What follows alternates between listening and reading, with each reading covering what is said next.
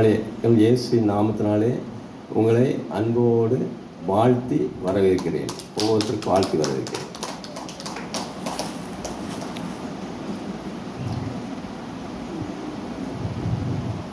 கர்த்தருடைய வார்த்தையை உங்களுக்கு சொல்கிறேன்.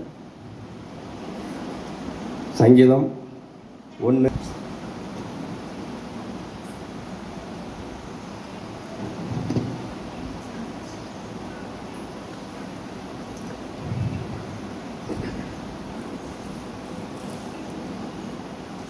கர்த்தருடைய வேதத்தில் பிரியமாயிருந்து இரவும் பகலும் அவருடைய வேதத்தில் பிரியமாயிருக்கிற தியானமாயிருக்கிற மனுஷன் பாக்கியவான்.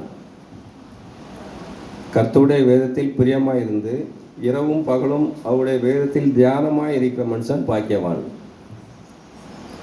நம்ம வேதத்தை எடுத்து வாசித்து இரவும் பகலும் நம்ம அவருடைய வேதத்தில் தியானமாக இருக்கும்போது நமக்கு ஆசீர்வாதம் உண்டு.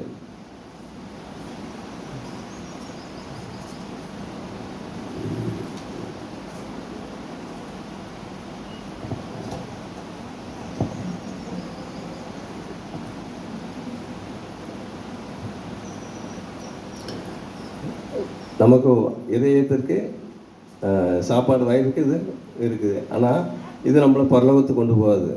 வேதத்தை நம்ம தியானித்து அதை வசதியாக பார்க்கும்போது தான் நம்ம பரலோகத்துக்கு போக முடியும். உலகத்தின் பொருட்களை நாம் இந்த பணத்தின் மூலம் வாங்கி கொள்ளலாம். ஆனால் பரலோகத்துக்கு போனால் நம்ம வேதத்தை வாசித்து அதில் தியானமாக இருக்கும்போது தான் நம்ம பரலோக ராஜ்யத்துக்கு போக முடியும். நம்ம இரவு பகல வேறு இந்த செல்ஃபோனை பார்த்துட்டு இருக்காமல் நம்ம அமைதியான நேரத்தில் வேதத்தை எடுத்து நம்ம வாசித்து தியானம் பண்ணும்போது அது நமக்கு ஆசீர்வாதமாக இருக்கும்.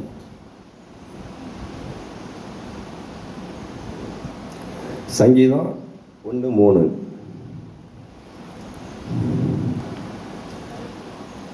அவன் நீர்க்காலங்களில் ஓரமாக நடப்பட்டு தன் காலத்தில் கனியை தந்து இலையுதராக இருக்க மரத்தை போல் இருப்பான். அவன் செய்வதெல்லாம் வாய்க்கும்.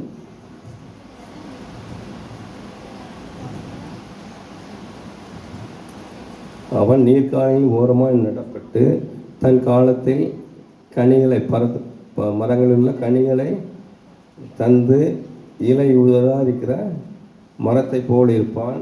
அவன் செய்வதெல்லாம் வாய்க்கும்.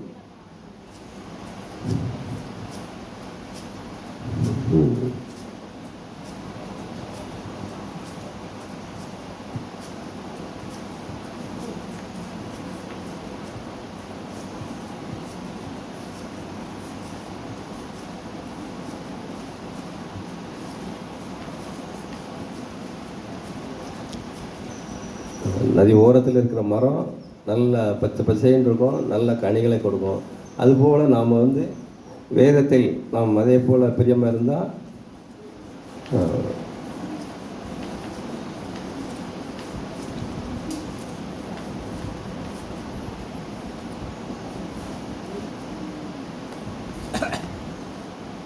அது நல்ல உரம். அந்த மரத்தில் உள்ள இலைய கீழே விழுந்து அந்த மரங்கத்துக்கு அது உரமாகிடுது. நம்ம அது போல் நாம் இயேசுவினுடைய அவருடைய மரம் போல் அவர் நம்ம உள்ளத்தில் இருக்கும்போது நம்ம நல்ல நல்ல கனிகளை கொடுப்போம். இயேசு நம்ம உள்ளத்தில் இருக்கும்போது நல்ல கனிகளை கொடுப்போம்.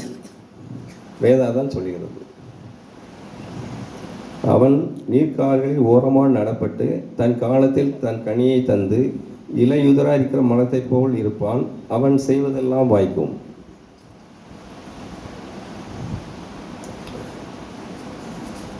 தண்ணி இல்லாத இடத்துல இருந்தால் அந்த மரங்கள் நல்ல கனியை கொடுக்காது, சீக்கிரம் காஞ்சு அந்த மரம் நெருப்புக்கு தான் போகும், தீக்கு தான் போகும். ஆனால் நல்ல கனி கொடுக்குற மரம் நல்ல நம்ம கனி கொடுத்துட்ருக்கோம். அதுபோல் நம்ம உள்ளமும் அவருடைய வசனத்தினால் இருந்திருக்கும் பொழுது நல்ல கனிகளை கொடுப்போம்.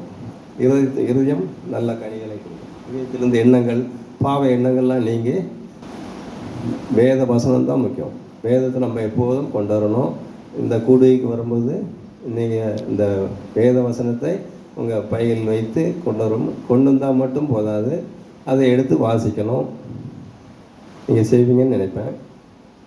வேத புஸ்தகம் கொண்டு வந்திருக்கீங்களா? சும்மா கையை வீசிக்கிட்டு நம்ம மாமியார் வீட்டுக்கு போகிற மாதிரி கையை வீசிட்டு வரக்கூடாது. வேத வசனம் விலையேற பெற்றது. கர்த்தருடைய வார்த்தை இது.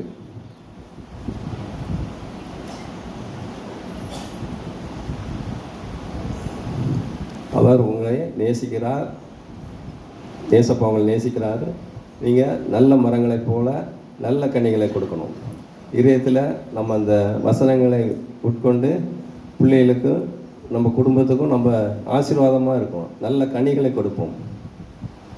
பிசாசான நம்ம நல்ல கனி கொடுத்தா நம்மகிட்ட வரமாட்டான், போயிடுவான். உலகம் கொஞ்ச நாள் தான் இருக்கும். ஏசப்பா சீக்கிரம் வரப்போகிறாங்க. நம்ம ஒவ்வொரு இடங்களையும் நம்ம நில இடக்குங்களை பார்க்குறோம். மழை பெய்ய வேண்டிய நேரத்தில் மழை பெய்ய மாட்டுக்கு வெயில் அடிக்க வேண்டிய நேரத்தில் காற்றடிக்க வேண்டிய இடத்துல குளிர் அடிக்கி நிலமே மாறி போயிருக்கு. அந்த சுனாமி மற்றும் இந்த நிலநடுக்கம் வந்த பிறகு இந்த பூமியினுடைய அந்த சீதோஷ நிலையே மாறிவிட்டது நம்ம அறிகிறோம். நம்ம ஏசப்பா நம்ம வாசல் அருகே வந்து விட்டார். உங்களுக்கு புரிஞ்சிருக்குன்னு நினைக்கிறேன்.